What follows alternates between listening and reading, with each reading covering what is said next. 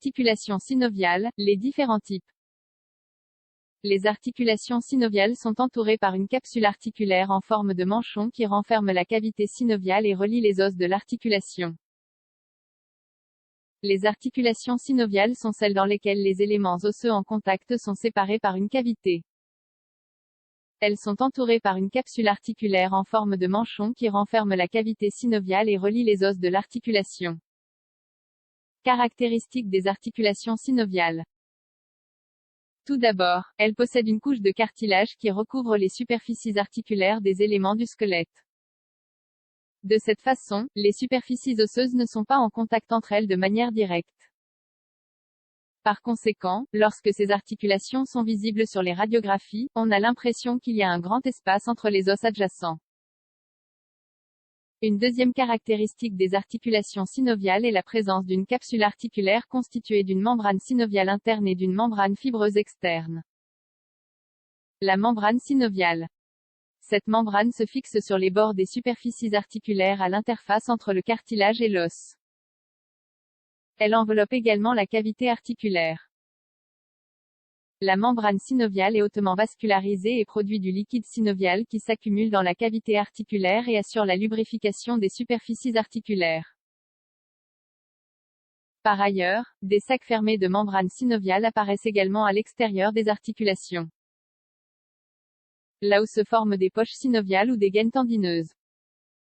Les poches s'interposent souvent entre des structures telles que les tendons et les os, les tendons et les articulations, ou la peau et l'os. Elles réduisent la friction d'une structure qui se déplace sur une autre. Les gaines tendineuses entourent les tendons et diminuent également la friction. La membrane fibreuse. Celle-ci est formée par du tissu conjonctif dense et entoure puis stabilise l'articulation. Des parties de la membrane fibreuse peuvent être plus épaisses afin de former des ligaments qui fixent davantage l'articulation. Les ligaments externes à la capsule fournissent généralement un renfort supplémentaire. D'autres structures caractéristiques des articulations synoviales. Une autre caractéristique commune des articulations synoviales est la présence de structures additionnelles dans la zone englobée par la capsule ou la membrane synoviale, telles que disques articulaires, généralement composés de fibrocartilage, ils absorbent les forces de compression, ajustent les changements dans le contour des superficies articulaires lors des mouvements et augmentent l'amplitude des mouvements qui peuvent se produire dans les articulations coussinets de graisse. Les coussinets de graisse se trouvent généralement entre la membrane synoviale et la capsule. De plus, ils rentrent et sortent de ces zones lorsque le contour articulaire varie pendant le mouvement. Les types d'articulations synoviales. Articulations plates, elles permettent des mouvements de glissement quand un os se déplace sur un autre. Il s'agit notamment de l'articulation acromioclaviculaire de l'épaule. Articulation en charnière, ce sont les articulations qui permettent à l'articulation de se déplacer autour d'un axe transversal.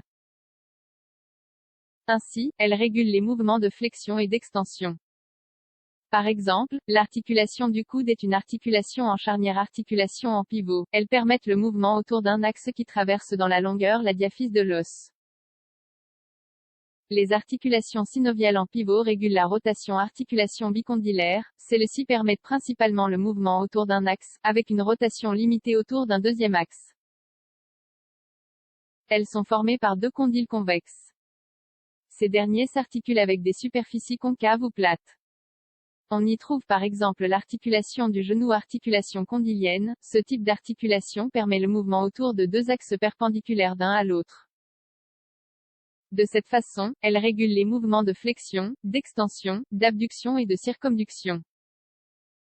C'est le cas de l'articulation du poignet. Articulation sellaire, elle permet également le mouvement autour de deux axes perpendiculaires l'un à l'autre. Leur nom est dû au fait que les joints de superficie ont la forme d'une selle. Elle régule les mouvements de flexion, d'extension, d'abduction, d'adduction et de circumduction. Articulation sphérique, elles permettent le mouvement autour de multiples axes. Ces articulations régulent les mouvements de flexion, d'extension, d'abduction, d'adduction, de circumduction et de rotation. Ce type d'articulation synoviale comprend celle de la hanche. Conclusion. Sans les articulations, les os de notre corps ne pourraient pas être mobiles. Par conséquent, grâce à elle, nous pouvons réaliser les différents mouvements comme plier, pivoter et fléchir les divers membres du corps.